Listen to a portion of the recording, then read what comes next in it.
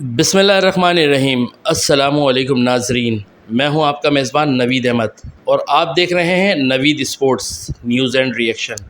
ناظرین، جیسے کہ آپ کو معلوم ہے کہ حامد میر جنہوں نے 26 ستمبر کو بڑے بڑے انکشاف کیے کہ لوگوں کو کس طرح سے اغوا کیا گیا، کس طرح ان کی ڈیڈ باڈیاں ملیں، پھر ان کا ایک نیا بیان کل رات کو آیا ہے کہ جو بندے جتنے بھی غائب ہوئے ہیں اس رات کے اندر اور جتنی بھی ان کو لاشیں ملی ہیں، جو گورنمنٹ یا جو بھی عناصر ہیں وہ اس بحاف کے اوپر انہوں نے لاشیں دی ہیں کہ وہ کوئی شور شرابہ نہیں کریں گے، کوئی واویلا نہیں کریں گے۔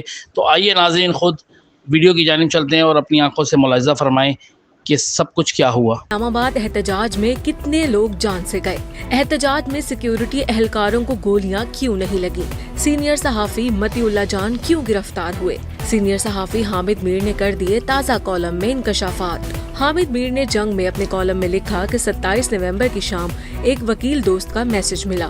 اس نے شفیق خان کی تصویر بھیجی جو ایک روز پہلے جینا ایونیو اسلام آباد میں فائرنگ میں شہید ہو گیا تھا۔ اس کی باڈی پیمز اسپتال میں پڑی ہے اور اس کے بھائی کو نہیں دی جا رہی تھی۔ تصویر دیکھ کر مجھے لگا کہ یہ وہی شخص ہے جو 26 نومبر کو سپہر 3 بجے کے قریب جینا ایونیو پر چائنا چوک سے آگے آنسو گیس کی شیلنگ اور فائرنگ کے دوران بار بار مجھے پانی کی بوتل پکڑاتا تھا۔ میری مدد مانگی گئی تو میں نے ایک ساتھی سے رابطہ کیا جو آسانی سے پیمز میں داخل ہو سکتا تھا۔ اس کو شفیق کی تصویر بھیجی اور ڈیڈ باڈی کا پوچھا۔ اس ساتھی نے تھوڑی ہی دیر میں مجھے شفیق سمیت 3 افراد کی ڈیڈ باڈیز کی ویڈیو بھجوا دی اور بتایا کہ اس شخص کا پورا نام شفیق خان لنڈ ہے۔ یہ شخص ریڑہ غازی خان سے تحریک انصاف کے احتجاج میں شرکت کے لیے آیا تھا۔ ساتھی نے بتایا کہ اسپتال کا عملہ ڈیڈ باڈی کی موجودگی سے انکاری ہے کیونکہ وزیر داخلہ محسن نقوی نے دعویٰ کر دیا ہے کہ 26 نومبر کے کریک ڈاؤن میں تحریک انصاف کا کوئی کارکن بھی جان سے نہیں گیا۔ حکومت کے وزراء ایک طرف تو تحریک انصاف کو ڈی چوک سے دم دبا کر بھاگنے کے طعنے دے رہے تھے اور دوسری طرف تحریک انصاف کے شہید کارکنوں کی لاشیں چھپا رہے تھے۔ 27 نومبر کو پیمز اور پولی کلینک نے باقاعدہ بیانات جاری کیے اور ان اطلاعات کی تردید کی۔ دوسری طرف پیمز کی انتظامیہ نے مردان سے تحریک انصاف کے کارکن صدر علی کا 26 نومبر کو ڈیتھ سرٹیفکیٹ جاری کیا جس میں موت کی وجہ فائرنگ قرار دی گئی۔ اسپتال نے اسی روز ایبٹ آباد سے مبین اورنگزیب اور مری کے انیس شہزاد کا ڈیتھ سرٹیفکیٹ بھی جاری کیا جس میں موت کی وجہ گن شوٹ لکھی گئی۔ 27 نومبر کو دعویٰ کیا کہ ان کے پاس 26 نومبر کی فائرنگ کے زخمی تو آئے لیکن کسی کی موت واقع نہیں ہوئی۔ شفیق خان لنڈ کی لاش پیمز میں موجود تھی لیکن اس کے بھائی کو کہا گیا کہ ہمارے پاس تو لاش ہی نہیں۔ جب اس نے منت سماجت کی اور یقین دلایا کہ وہ بھائی کی لاش پر کوئی شور نہیں مچائے گا، کسی کے خلاف مقدمے کی درخواست نہیں دے گا، تو 29 نومبر کو شفیق خان لنڈ کا جسد خاکی عتیق کے حوالے کر دیا گیا۔ یہ مظلوم پاکستانی رات کی تاریکی میں نہیں بلکہ دن کی روشنی میں قتل ہوا۔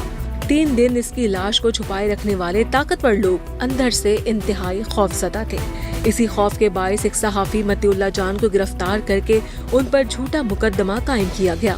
ان کا اصل جرم بھی یہی تھا کہ وہ 26 نومبر کی فائرنگ میں مرنے والوں کے متعلق تفصیلات اکٹھی کر رہے تھے۔ انہیں منشیات استعمال کرنے اور دہشت گردی کے جھوٹے مقدمات میں ملوث کیا گیا۔ ان کے خلاف مقدمہ سب صحافیوں کے لیے پیغام تھا کہ 26 نومبر کو قتل ہونے والوں کی لاشیں تلاش مت کرو۔ متی اللہ جان عدالت کے ذریعے رہا ہو چکے لیکن ان کے خلاف جھوٹے مقدمے نے بہت سے چہروں کو بے نقاب کر دیا۔ ایک طرف رانا ثناء اللہ تھے جنہوں نے اس جھوٹے مقدمے کی مذمت کی اور دوسری طرف کچھ وزراء اس جھوٹ کا دفاع کرتے رہے۔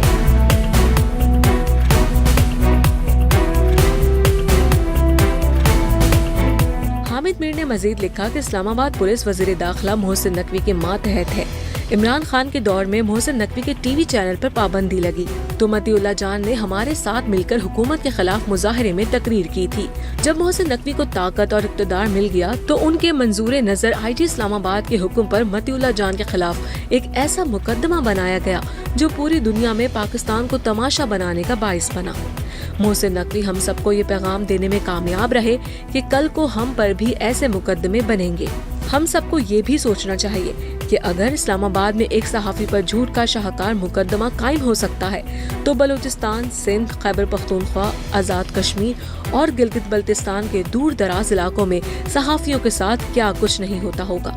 اگر اسلام آباد میں پارلیمنٹ ہاؤس کے سامنے غیر مسلح مظاہرین پر گولیاں برسائی جا سکتی ہیں تو بلوچستان اور خیبر پختونخوا میں کیا کیا مظالم ہوتے ہوں گے۔